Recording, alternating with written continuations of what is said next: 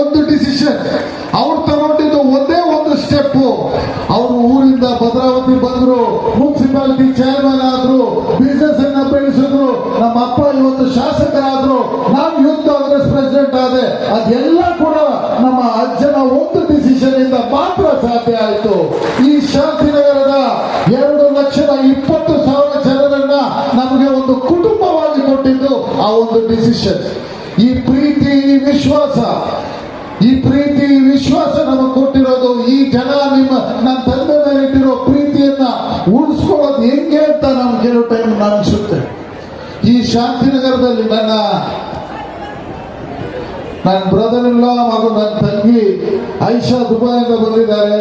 ಅದೇ ತರ ನನ್ನ ತಮ್ಮ ಹಾಗೂ ನಮ್ಮ ಸೂಪರ್ ಸ್ಟಾರ್ ಆಡಮ್, ನನ್ನ ಫೋರ್ತ್ ಜನರೇಷನ್, ನಾನು ಥರ್ಡ್ ಜನರೇಷನ್, ಅವನು ಫೋರ್ತ್ ಜನರೇಷನ್. ಆಡಮ್ ಕೂಡ ಬಂದಿದ್ದಾನೆ. ಆಡಮ್, ಸೇ ಹಲೋ. ಆಡಮ್ ಸೊ ನಾನು ಜಾಸ್ತಿ ಮಾತಾಡಲ್ಲ. ಸ್ಕೂಲ್ನ ಮಕ್ಕಳೆಲ್ಲ ಬಂದಿದ್ದಾರೆ.